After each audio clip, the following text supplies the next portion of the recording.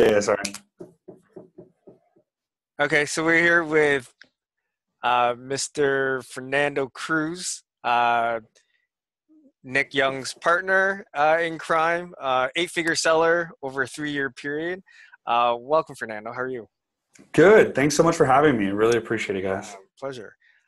So do you want to tell us kind of, like we heard Nick's story yesterday, do you want to tell us a little bit about yourself, your story, how you got started with all of this? Yeah, man. Oh, yeah. It's been a crazy journey. So yeah, I mean, I went to college for finance. Got a job in finance, during like the crazy times. Like hated it. Ended up joining a startup with Nick actually. So we worked together for a little bit.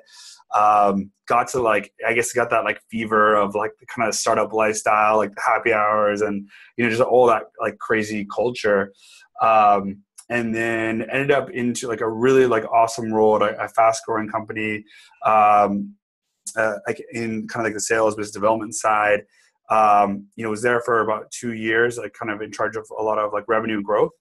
And then, Nick is one of my closest friends from college. And then, so we were kind of hanging out, catching up.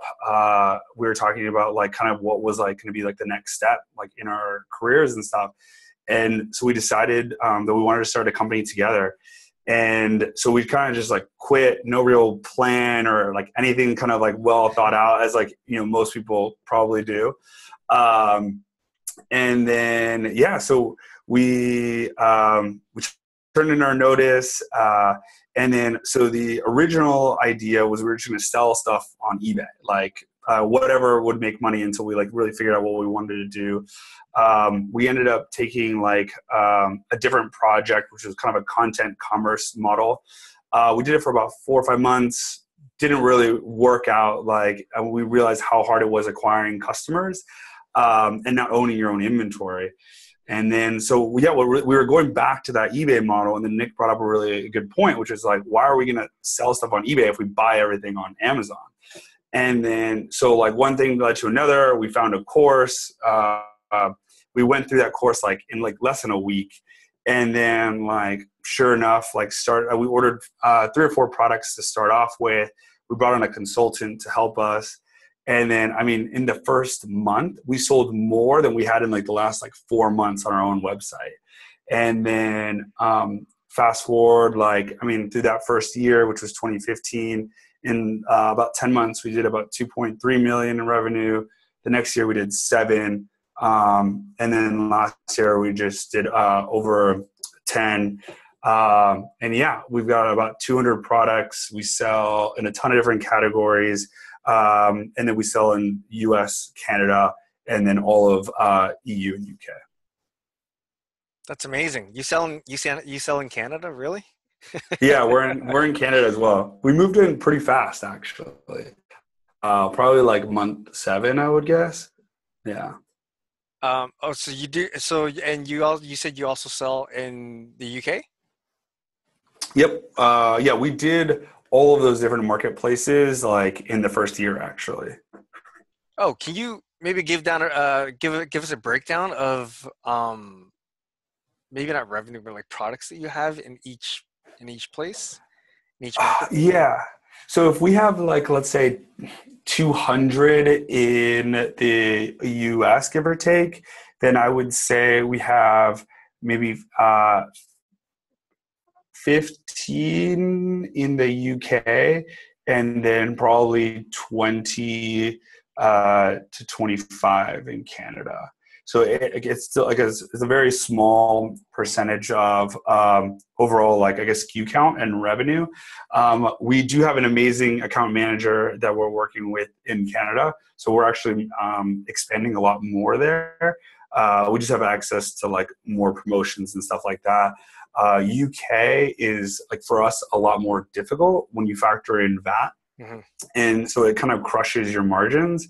And so actually we're looking at probably discontinuing the UK and EU until we just have like more time to kind of focus on it. But we still see so much opportunity between US and Canada that we'd rather just like focus on those and like really nail those better versus kind of splitting like resources in terms of like time and supply chain and all that kind of stuff between the different countries. So what did you like?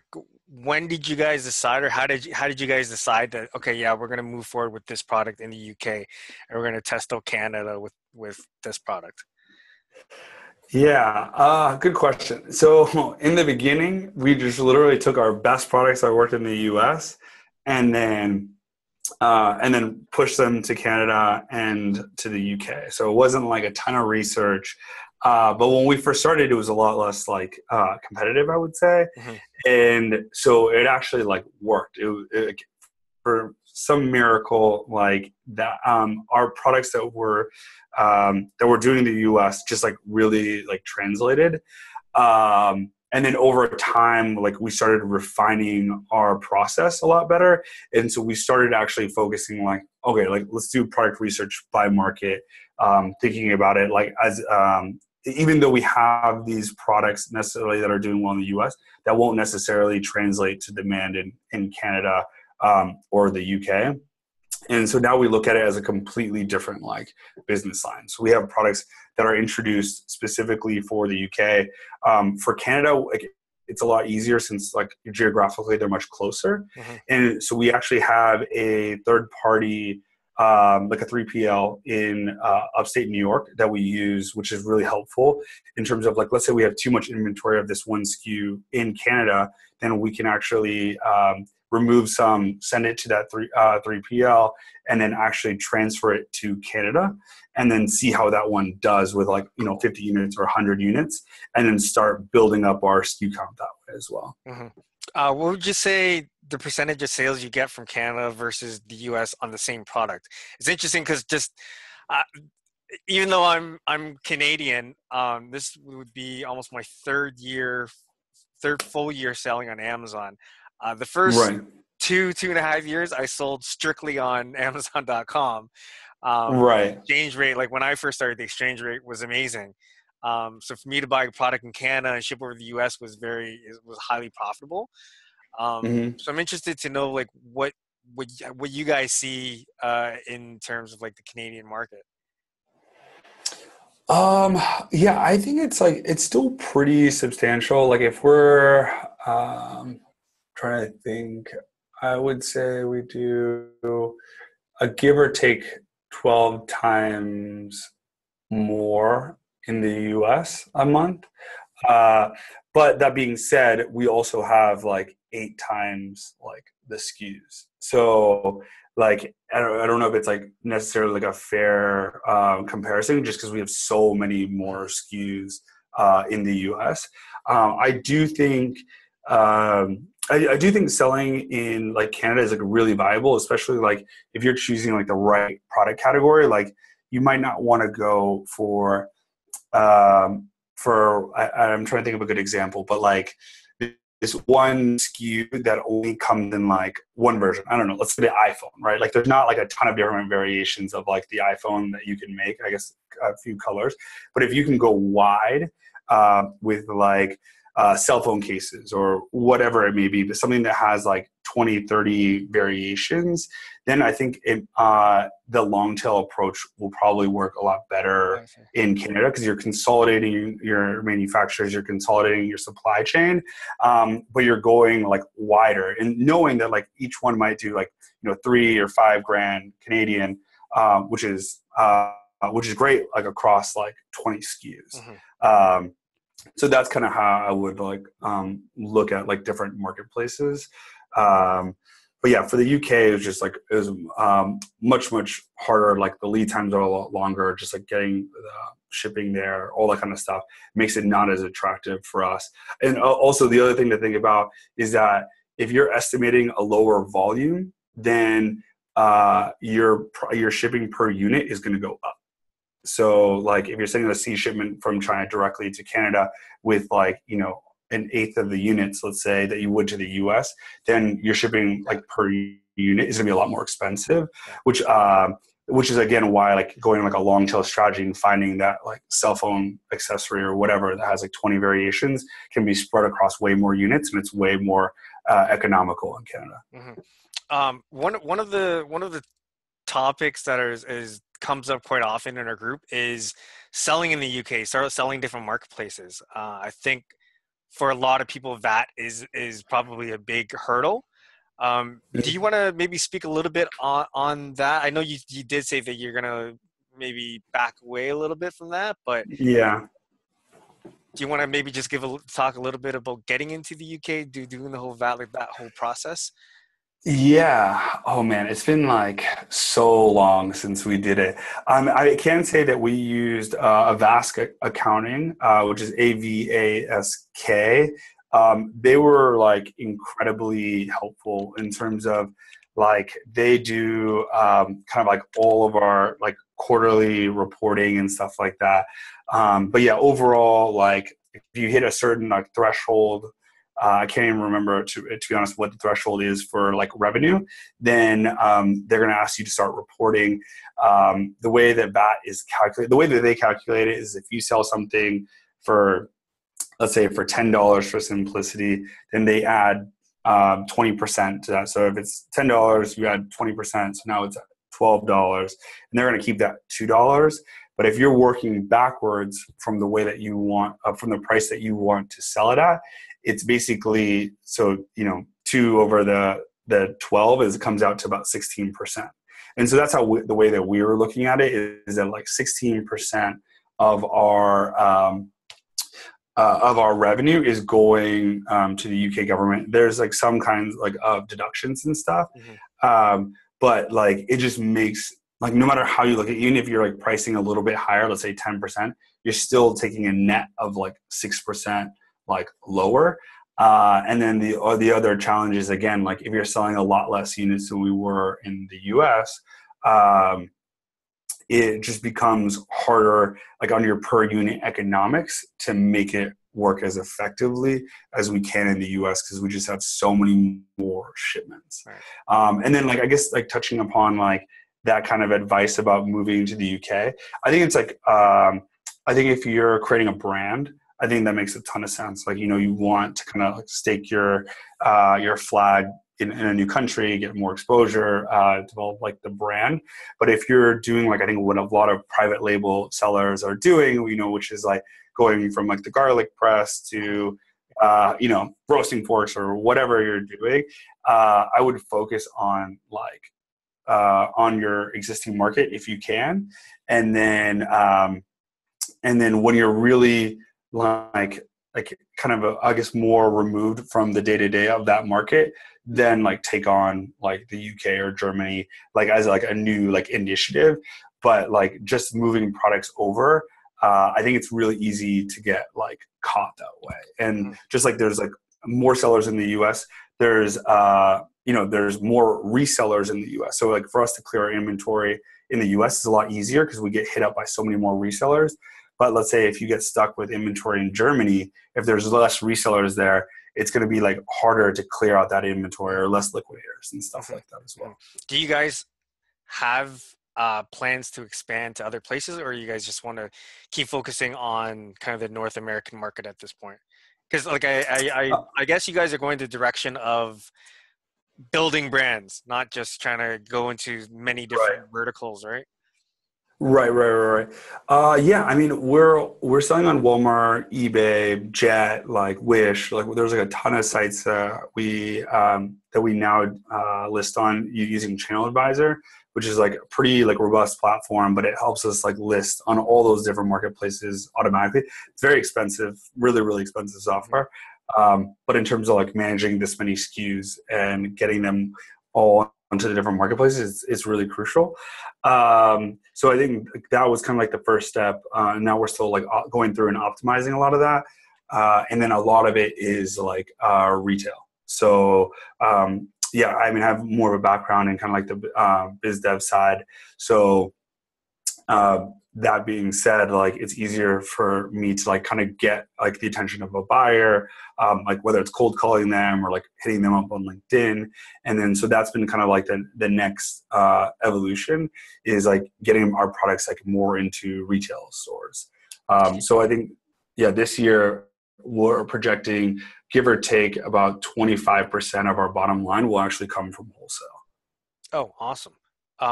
Yeah. Just to follow up on that, how are sales on different on the other marketplaces, Walmart, Jet, Wish? Actually, we were contacted by a representative at Wish that wanted to kind of pitch to our group.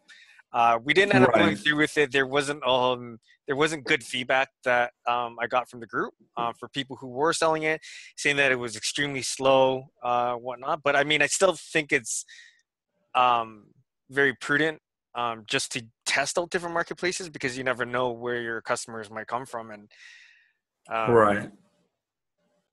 so do you want to Yeah. talk about a little bit about some of the other marketplaces? Yeah.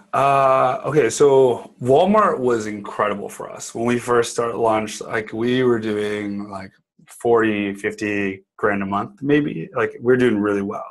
And at the time, it was like a really big percentage of our of our overall monthly revenue. I will say that they've changed a lot. So they recently, like maybe about a year ago, they started restricting people from fulfilling from FBA. And they do that mostly because like the tracking numbers and the experience of like it coming in an Amazon box is not ideal. Yeah. So it makes it a lot harder. Truthfully, we still do it. But I know like that will end at some point, and then we're gonna have to figure out another like kind of fulfillment option. But yeah, so Walmart, the tricky thing is that it's really dependent on your category.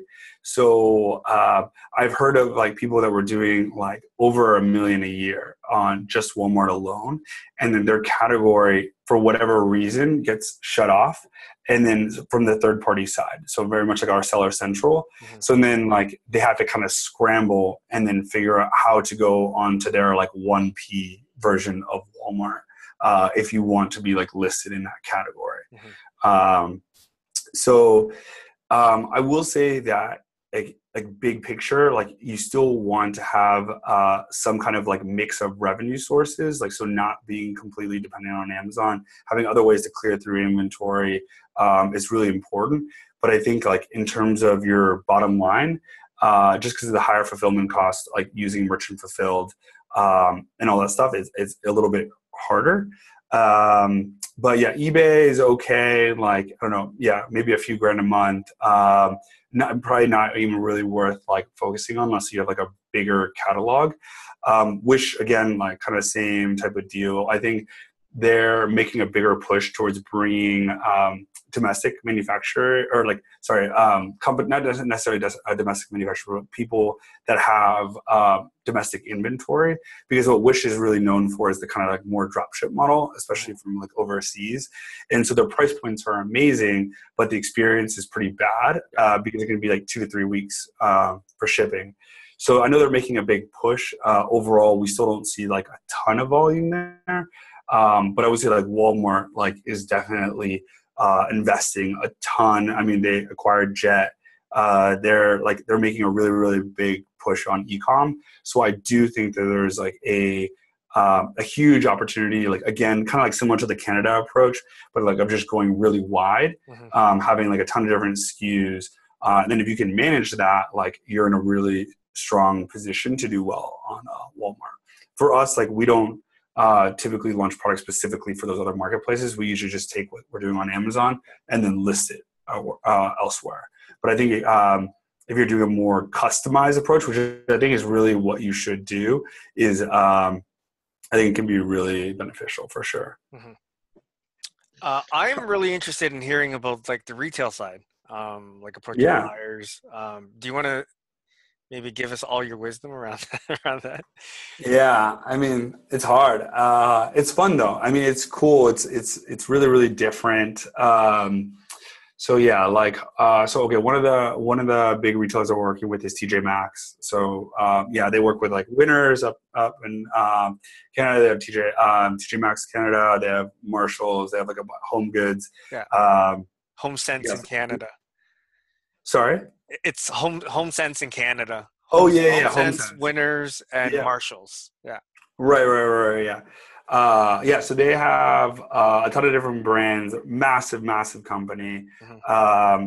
And so, yeah, I mean, it's a really different ball game. I think the big thing that we've like really had to start thinking about is like the packaging. So we do our packaging pretty quickly, and it looks nice, but it's not retail friendly. And then so usually we have more generic packaging. We don't put a photo of the item on the packaging, stuff like that, which is kind of necessary a lot of the time for retail. And so that's like been like a big process. Is like I would say like go to the store and like that you're trying to sell to, and like look at what they have. I think we were kind of just being like kind of truthfully a little lazy, just kind of like, oh, well, we sell this and we sell this, so you should buy it. You know what I mean? But like again, it's like a completely unique business model. Hmm. And so like you need to see like, okay, these are these are the types of packaging they have for these types of products. And then this is like how we can stand out. Like these are the features on that specific type of product. This is the price points that these products are coming in at, and then making sure that it's going to fit.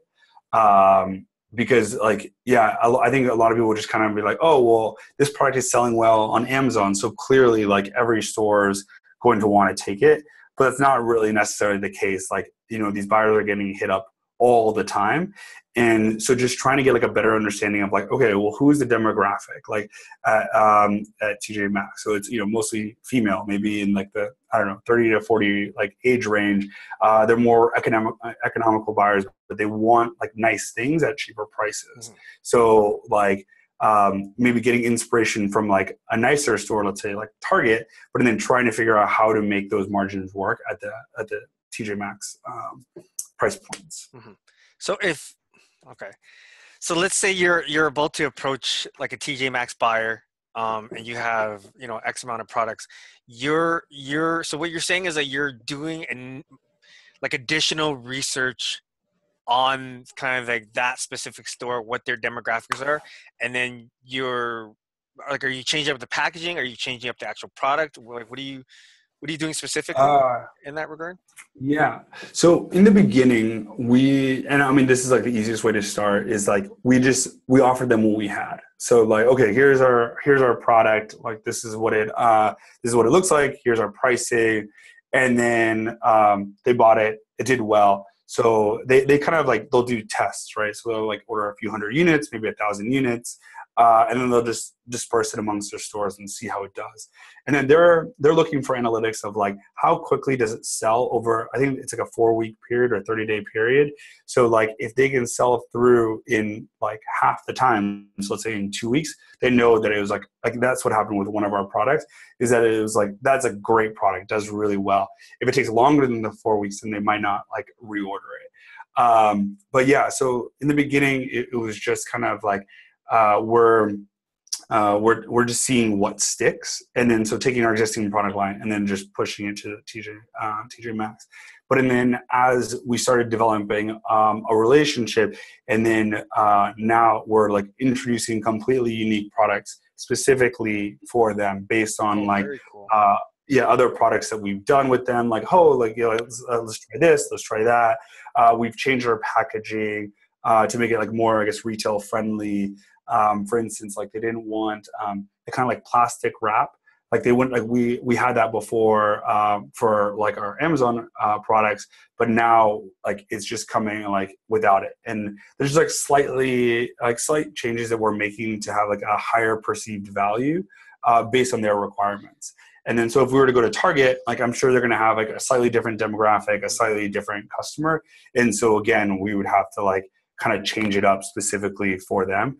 But like for us, like the opportunity is so big, especially with like our like our multiple different like product lines, that it makes it like worth it for us. I'm interested to know in terms of like your relationship with the buyer. I know that's probably a very important relationship. Now, Right. are they providing this information saying, no, our buyers are like this, they prefer this, please take out the plastic, or is it something that you guys are selling off on, are selling them, and then it's you guys are doing your own research?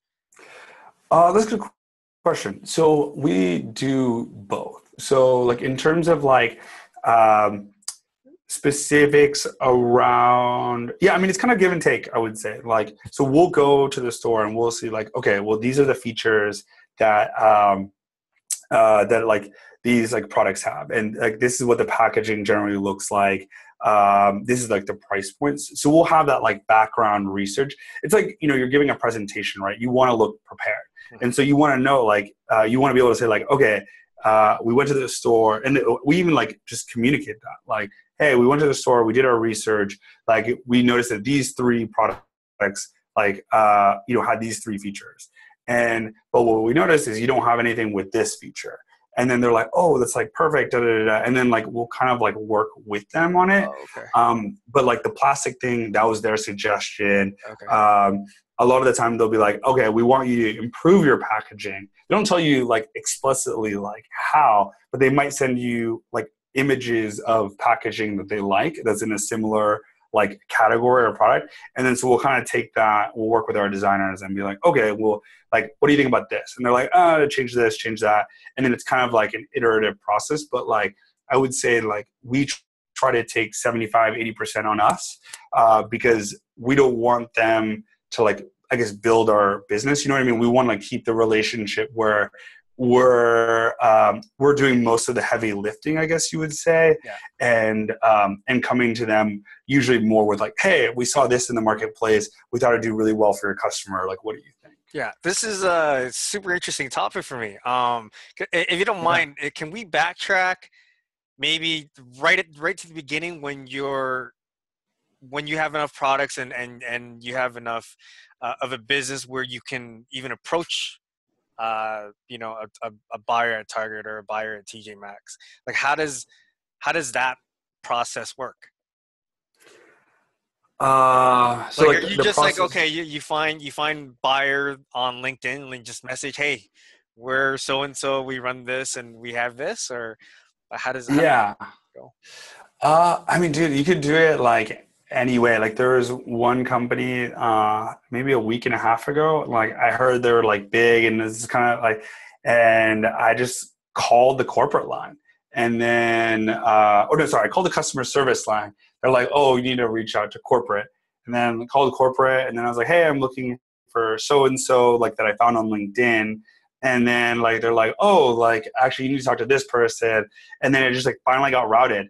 And then it was crazy. Like, I mean, it took me 15 minutes, and then I had like the person on the phone. That was like, I mean, if that. And yeah, I think it's just like kind of getting out there, like doing what other people aren't like willing to do. You know what I mean? Like, I think it's way easier just to kind of like be behind your computer, find another product to sell, like source it Yeah. and like send it, like sell, which is, there's nothing wrong with that.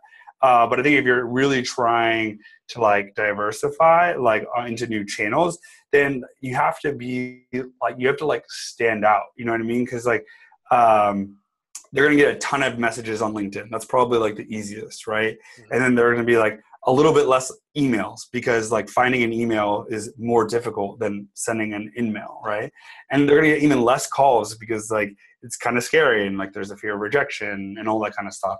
And so like as you're like thinking about it, it's like, okay, well, how do I stand out against all the other, you know, dudes that are selling garlic presses, and like, and actually having something that's like either it might be different, it might not be, but at least like early enough that they don't like, they haven't seen it like all over the place. Mm-hmm. And like, Mm-hmm.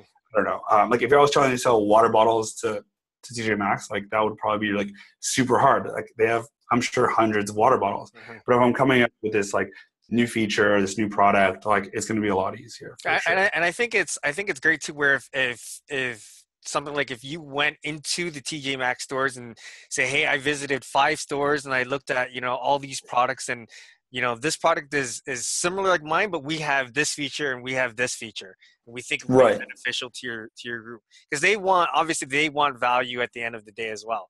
So I really Right. Right. love the fact that, like, like you said, sitting behind your computer screen, like, you could easily think that's the most difficult thing to do, is to get Right. your product into a big retail store that, you go with your family on a Saturday, and go shopping there, and you wouldn't think that your product could be on those shelves.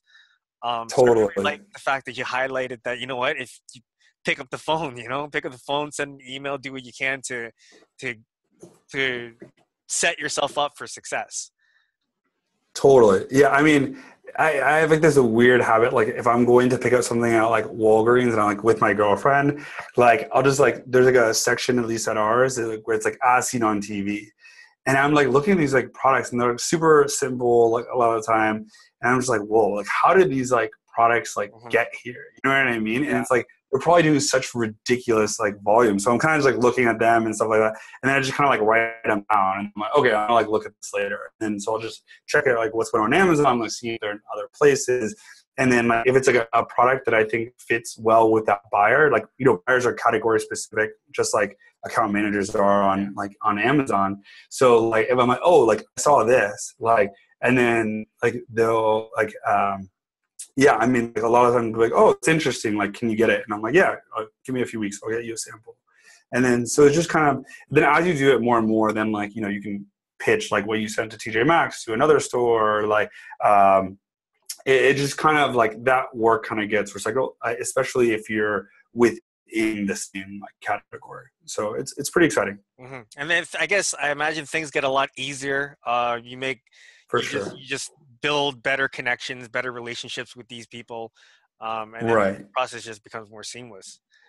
Totally. Totally. I'm interested to know what your biggest hurdles that you face when you do kind of like the retail buying side of things, the retail like selling side of things. That's a good question. Yeah, biggest. I mean, okay, so even like once you like get the buyer's attention, like you're gonna start.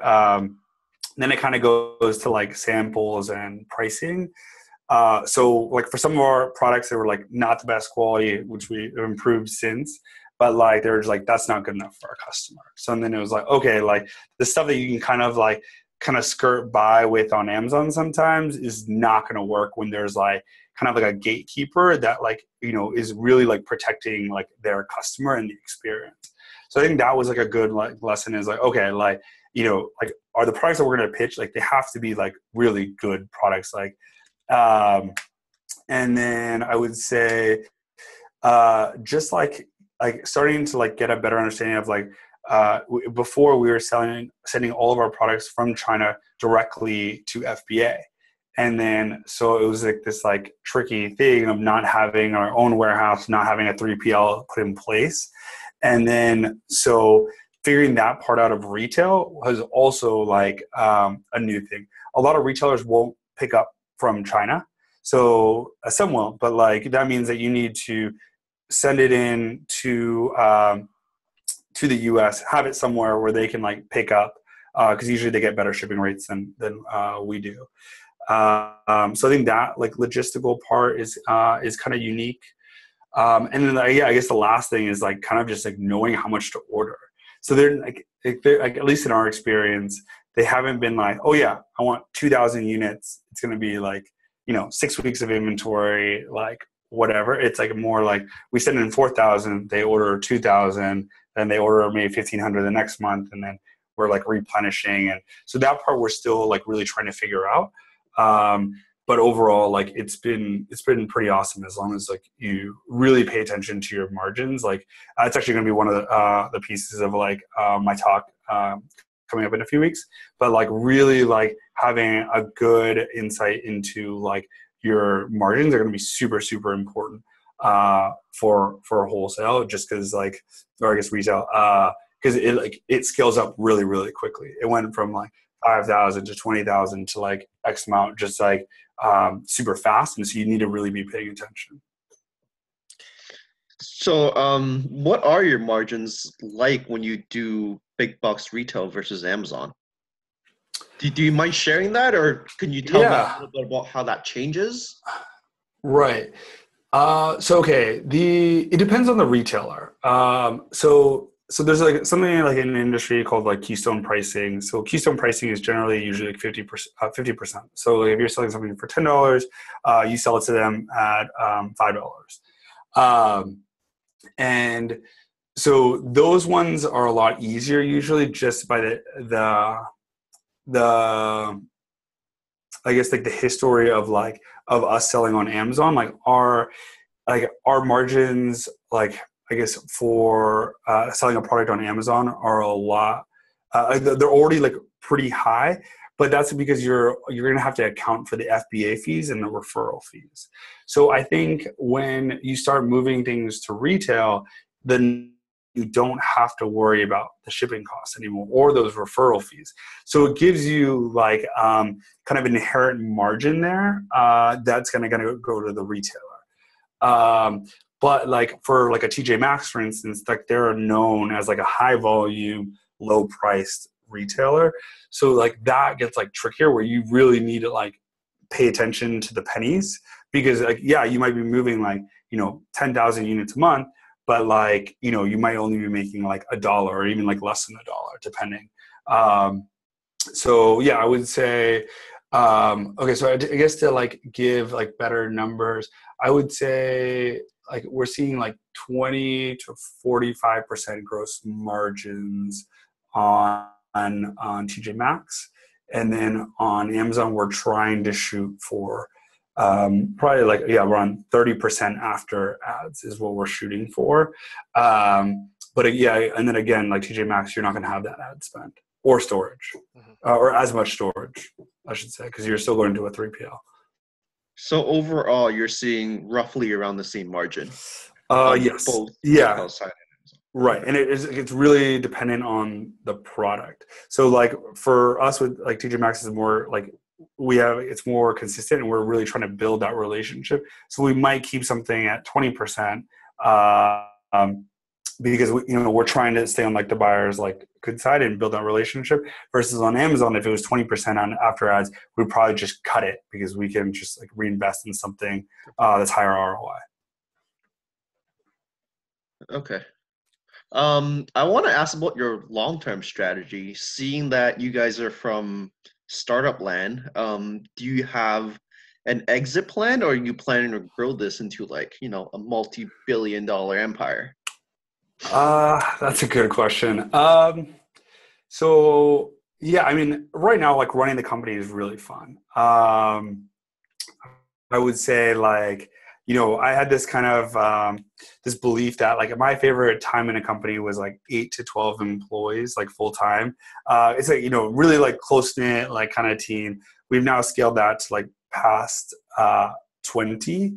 And actually, I think it's more fun. Like I really like having a much bigger team now, where I can step back from like the day to day. Like I don't really have any specific day to day responsibilities as much anymore, other than like helping like give like more strategic advice to like all the different teams, and then kind of spending a lot of time reading, like understanding like, okay, like here's like the macro level of like what I think is going to happen in e-commerce, or like this is this is like kind of like what I'm seeing like trending like on Amazon. Maybe I can move it to like to the wholesale team and then bring it into TJ Maxx.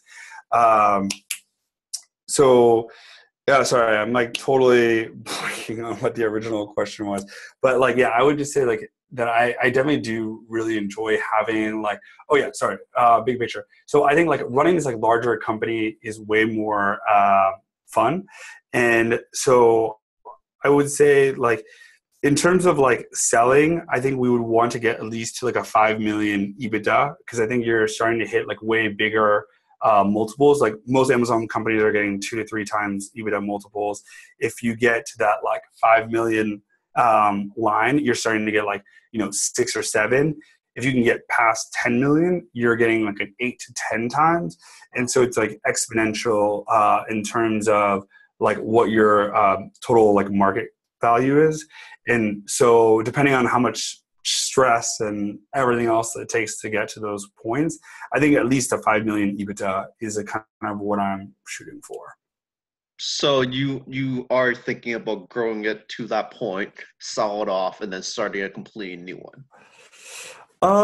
Yeah, I mean, it could be a new one. It could be a different model. I mean, I think like this model is great. Like, I love the simplicity of Amazon and like marketplaces. Like, you don't have to spend so much money on user acquisition. Like, you don't have to worry about a website and like handling that much like fulfillment because it's done by FBA. So I'd say like overall, like this model is really fantastic. But yeah, I would say like it would be nice to take money off the table, kind of take care of your parents, like all that kind of stuff. But yeah, I think it'll be a decision as we start like approaching that like maybe 3 million in each. Then we'll start like more heavily considering like we have talked to some like investment bankers, just kind of getting an understanding of like what the multiples are and like what like buyers are going to be really looking for. But yeah, I mean, for us, like, getting to that 5 or 10 million EBITDA, it's just it opens you up to a different level of buyer, which means that you're getting to a different level of multiple. And that's kind of the bigger picture of, I think, what we would want to do if we were going to sell. Good answer. It's awesome. I don't want to completely put you on the spot, but on a macro level, where do you think e-commerce is going? Oh man. Okay, so I think omni-channel is going to be really, really fascinating. I know like Ryan Moran talks about it a lot, but like, just like the whole acquisition of Whole Foods, I think it's like a really, really big play. Like, actually, I've been telling our team for the longest time I wanted to get into grocery. I think like groceries are really like interesting. Like, it's consumable. It's not like supplements that everyone kind of goes after. And their whole acquisition of grocery is like the perfect example of like them moving into some kind of hybrid approach. So I think the work that you're doing, like building like brands like offline, I think will translate like well online. I think Amazon's going to make a big push into trying to keep people on their website. And so I think you see that kind of with like Amazon Video, like, I think they're going to be releasing more stuff around like social media, kind of like more like a brand feed or like updates, notifications. I could see them doing a big push towards like influencer marketing and having it better integrated into the channel. So I think I think it's still a really long ways away, but I think you'll see Amazon really trying to integrate like the different aspects of our like daily life and what we consume, whether it's like products or content. And then I think trying to figure out how to integrate everything. And like, they experiment with so much stuff, so a lot of it won't be there in 2 years.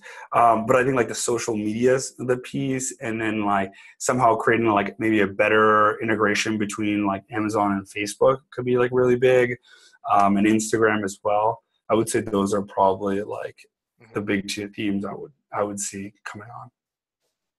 It's funny. One of our members here, or he's in the chat, and he says, "No, please." He's a big grocery guy. He's like, "No, please stay out of groceries." Oh yeah, don't do groceries. Low margins. Never mind.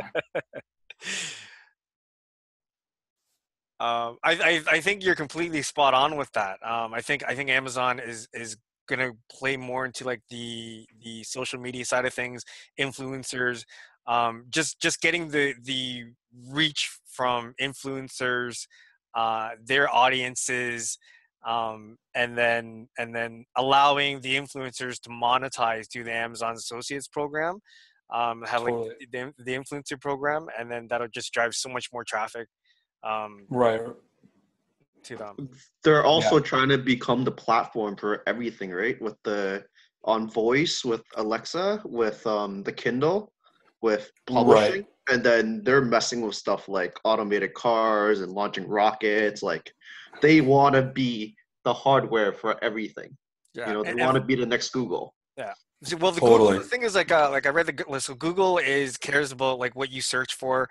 Facebook cares about like what you do in your daily life and what your friends do. But Amazon has so much power because they know what you buy. And Hmm. that's incredibly powerful. They have your buying habits down. They know exactly. They can track so many things from that. Um, Yeah. so one of the interesting things is that I know you mentioned not having Shopify sites. Is that something that you guys will kind of break out your brands and have more traffic that's coming off of Amazon? Yeah, I mean that's one of the things that we put up a quick Squarespace for one of our products, and yeah, I mean it does relatively well. I mean, truthfully, we haven't invested like a ton of resources towards it thus far. Uh, I think you know I think it's really just playing to what your skill set is, and like it's just like to me like opening like a new market or like it's really just making sure that you're going to devote like the time that it's necessary to like make it successful. And so like I mean like I'm like a really big person in terms of like priorities. Like if like there's something that's like more of a Q2 project, I'll just put it on my Asana, and I literally will not look at it or think about it or even like take any steps towards it until like I'm like really ready to approach it. And so for us like wholesale was like a bigger or like sorry a better fit for like especially my skill set, just like having come from like sales. So I knew that I could get like a wholesale to let's say business like or doing wholesale retail to doing like $1 million of like bottom line a year way faster than I could like learn like Shopify and like Facebook ads really well and then build that to $1 million a year. And so like again being hyper focused, like I was like okay, I'm going to do wholesale, like I'm going to build it up, and then now we've brought in like someone to like manage that side, and then so now like I'm just more like helping like put that stuff in place, like helping more with like products, creating our new products and stuff like that, because I know that like for sure it's way easier again like for me to add another $1 million a year in bottom line to like our Amazon side than it would be for me to create like the Shopify. But and then like yeah, maybe like a project for Q3 will be like okay, let's really like focus 100% and we'll hire like the right people and then build that new line of business. But like once everything else is like completely like self-sustaining, I would say. I really liked 2 points that you made there. One, stick to your strengths and hyper focus. Just because I know even within the Amazon ecosystem, there's just so many different models and so many different ways to make money that you could easily get sidetracked. And then when you throw the whole digital marketing sphere into that, it just becomes infinitely larger, and you can kind of shoot yourself in the foot where you're like, okay, I want to build a Shopify site, I want to start collecting emails, I want to go after wholesale, I want to do so many other things, and then people find out that they're not as successful as they could have been if they had just focused on one thing and gone all in. So I really like that you made that point. Yeah, I mean, so actually, it's so funny. I had like that exact conversation with somebody recently. Like they commented on something I posted, and they're like, "Yeah, this like amazing plan. Like, I'm going to start with like retail arbitrage, and then I'm going to save enough money. Then I'm going to do wholesale. I'm going to build a wholesale business, and then I'm going to like start doing private label." And I'm like, "Whoa!" Like, I mean, we don't even do retail arbitrage. We don't do wholesale. And like, I mean, like, and I think that's like our choice. But I think if we had tried to balancing these three different models, like they're just so different. And I think because like you said, like because they're on the Amazon platform, everyone just assumes like, oh yeah, like it's going to be really easy to transition between them. But like it's so different. And so like I think it's like you're almost better suited like getting a job like as a bartender or like an Uber driver.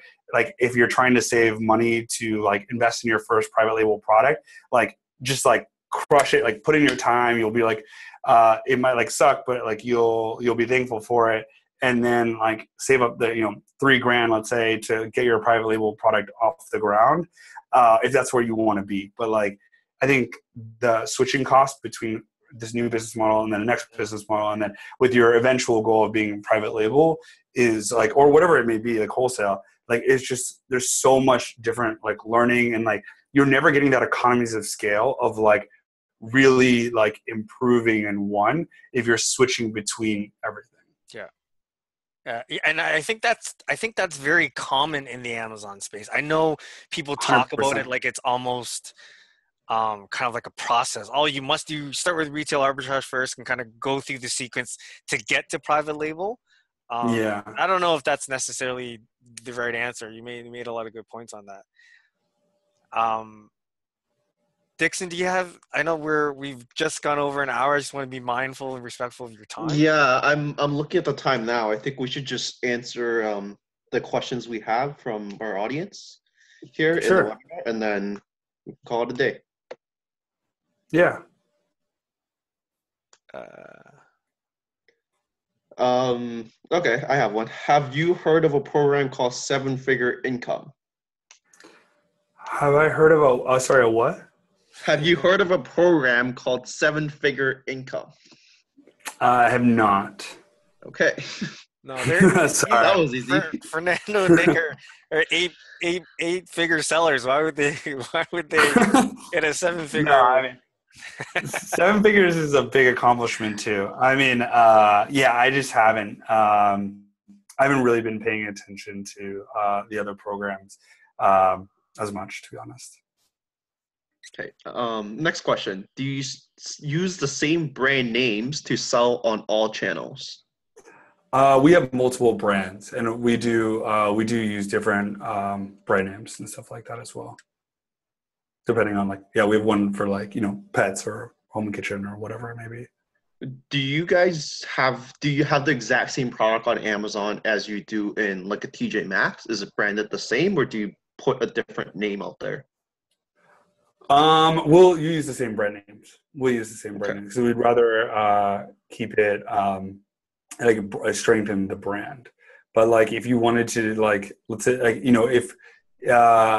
if you wanted to, let's say, not hurt your brand, let's say you were trying to get the same product into Target as well, which is probably a more similar demographic to Amazon, then it might be smart to create another brand specifically for TJ Maxx, especially because they're going to have different requirements on the packaging, and then have your Amazon Target brand, let's say, and then just an offshoot brand that is going to TJ Maxx or Ross or whoever it may be. Did you ever experience any windfalls, like a snowball effect of for your Amazon sales after you got into the retail stores? I don't think so. That's a good question. It's such a different. I guess it's such a different audience. Yeah. Because I mean, at least for us, I mean, the biggest one that we've done is, so far is TJ Maxx.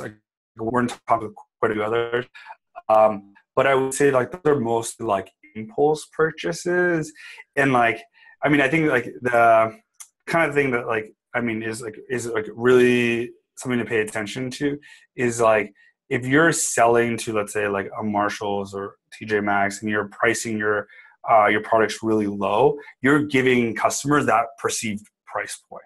So if you're selling something, at $10 there, but you're charging $30 on Amazon, even though you didn't have to pay for the shipping and all that stuff, I mean, you're creating a different perception of that product. And so if you're really focused on your specific brand and the brand integrity, then I think creating that offshoot brand is probably really smart.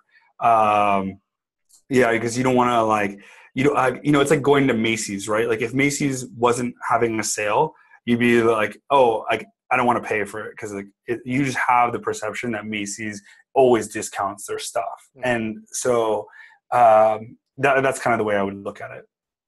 Have they ever determined price on your behalf? Have you ever gone to them, we're looking to sell this product at 20, and they say, no, our audience won't pay any more than 18 for it? Have you ever run into anything like that? Yeah, I mean, we don't choose the pricing that they sell at least in our experience. So if you're doing Target or something like that, I think you can dictate that pricing a little bit better. TJ Maxx is just all right, we're buying it from you at this price, and we can sell it at whatever price we want. Mhm. And so yeah, I think they'll mostly come back to saying like, oh, that cost is too high compared to our other products in that category. Like it just doesn't make sense. Mhm. That's usually how it goes. Okay. So we got a question here.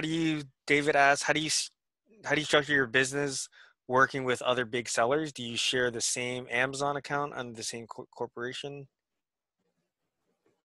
With other Amazon sellers? David, do you want to clarify what you mean by that? There's also another question here. How did you start? What was the first successful product? Maybe even give product names if you're not selling them anymore. Yeah. I mean, actually, yeah. Okay, so our first product, I mean, it was relatively successful, was ice cube trays, like the silicone ones. Oh. Yeah, I mean, this is February 2015. It was doing all right. I mean, it was doing like 15 units a day. Like the margins were pretty good. Yeah, we sold those for probably about a year.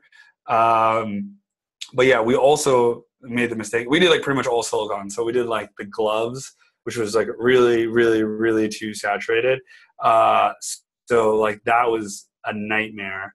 Actually, funny story about that. So Nick, like at the time, Nick and I were just like kind of switching off on all responsibilities. Like, okay, you have time, like you should learn PPC. Like, okay, you have time, like you should learn like, how to do keywords and like all that kind of stuff. And then, so I was learning how to do promo codes, and then I like messed up and I put it like public on the like site, of course. And then, so it's public on the webpage. Of course, that gets leaked. And then, so we had maybe like, I don't know, like 600 units, something like that. And then like 100 of them we lose to the promo code. It was like devastating. Like we had just started. It was like actually like the greatest thing that happened because we lost money on that like 100 units or whatever. But then our sales rank like blew through the roof. And then, I mean, I don't know if I would recommend doing this now because like things change with the algorithm. But like we ended up like through this product that was just not selling, like ended up like blowing through the inventory really quickly because like Amazon was like, oh, this is like a really desirable product, and then ranked us better, and then we got rid of the inventory, and we were like, oh, thank God, like we're out of this. I really love the fact that we're talking to an 8-figure private label seller, and you made a relatively simple mistake that is crap. Hello? Hey, sorry yeah. about that. My internet connection no is worries. unstable. Yeah, Fernando in Canada it gets pretty damn cold. So make sure you pack your jackets and stuff like that when you arrive here. I was just saying that I really love the fact that we're sitting talking to an 8-figure private label seller, and you made a relatively basic mistake in the beginning. Like it's all part of the process. It's iterative. I make silly mistakes all the time, but you kind of just have to learn from those experiences. Totally. Yeah, I mean, it happens. But yeah, I mean, it's a good lesson to learn. Like, never made that mistake again with promo codes. Yeah. Like, yeah, be careful. Yeah, I've heard that. You know what? I've heard that's probably one of the more common mistakes that people make is totally not limiting it, and then people end up learning. But totally. I thought that was cool. So I don't think we have any other further questions. Wait. David clarified on his question. So he wanted to know how you guys are incorporated, if you guys are incorporated, and do you share the same Amazon account with Nick? We do share the same Amazon account, and then we are an LLC structure. So yeah, I mean, we wanted the protection of like the limited liability. And then it's also really flexible, like in terms of like pass through income. I'm not sure how it's like structured in Canada, but for us, it's really easy for us to take distributions and stuff like that, which is kind of like pre-tax, and then we pay tax later.